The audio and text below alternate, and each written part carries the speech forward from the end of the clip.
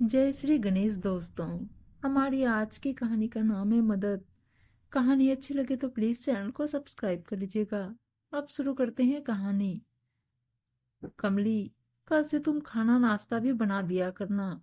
उसके लिए तुम्हें 5,000 और दे दिया करूंगा, ठीक है ना? हाँ भैया, मनीष के पूछने पर कमली तपाक से बोली। उसके चेहरे पर खुशी के भाव थे। सिंक में रखे बर्तनों को साफ करते हुए वह मन ही मन कुछ हिसाब लगाने लगी। लेकिन पास खड़ी दिव्या का मूड ऑफ हो गया। उसने मनीष को घूरकर देखा, जैसे कह रही हो कि अच्छा, तो जनाब को अब मेरे हाथ का खाना भी खराब लगने लगा है। जवाब में मनीष मुस्कुरा दिया और ऑफिस चला गया। शाम को घर आने पर मनीष ने आवाज लगाई, दिव्या यार, एक कप चाय तो पिलाओ। दिव्या मनीष को चाय का कप थमाकर जाने लगी तो मनीष ने उसका हाथ पकड़कर अपने पास बिठा लिया और चाय पीते हुए उसकी तरफ देखा। फिर बोला, मैं जानता हूँ कि कमली को खाना बनाने की बात लेकर तुम मुझसे नाराज हो, परंतु क्या करता, ऐसा करना जरूरी था। ऐसा करना क्यों जरूरी था, जरा मैं भी सुनूं। गुस्से से मनीष को देखते हुए दिव्या ने सवाल किया।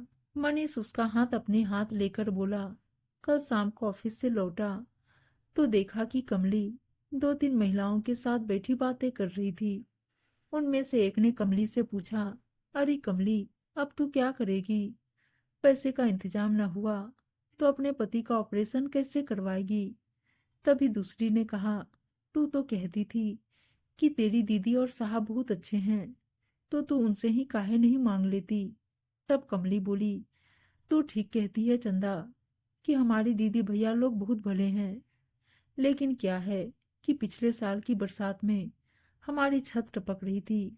तब उसे बनवाने के लिए मैंने दीदी से ही 1,000 रुपये मांगे थे।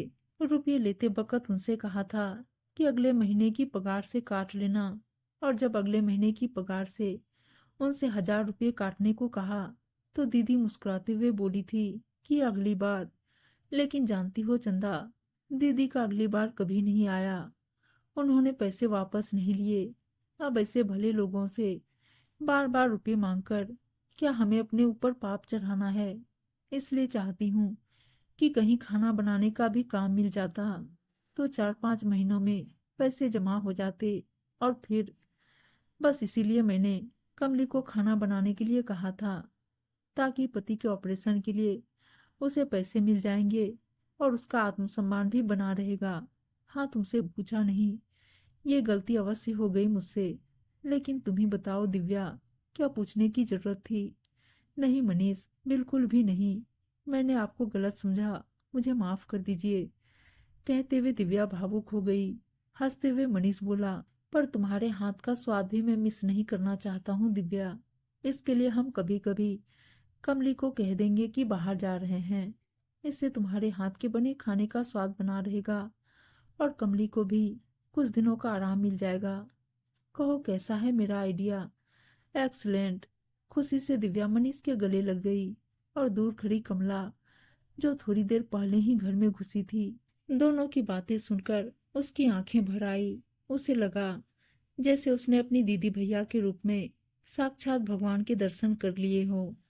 उम्मीद है दोस्तों कहानी अच्छी लगी होगी, और अच्छी अच्छी कहानियां सुनने के लिए चैनल को सब्सक्राइब और वीडियो को लाइक शेयर जरूर कर दीजिएगा। धन्यवाद दोस्तों।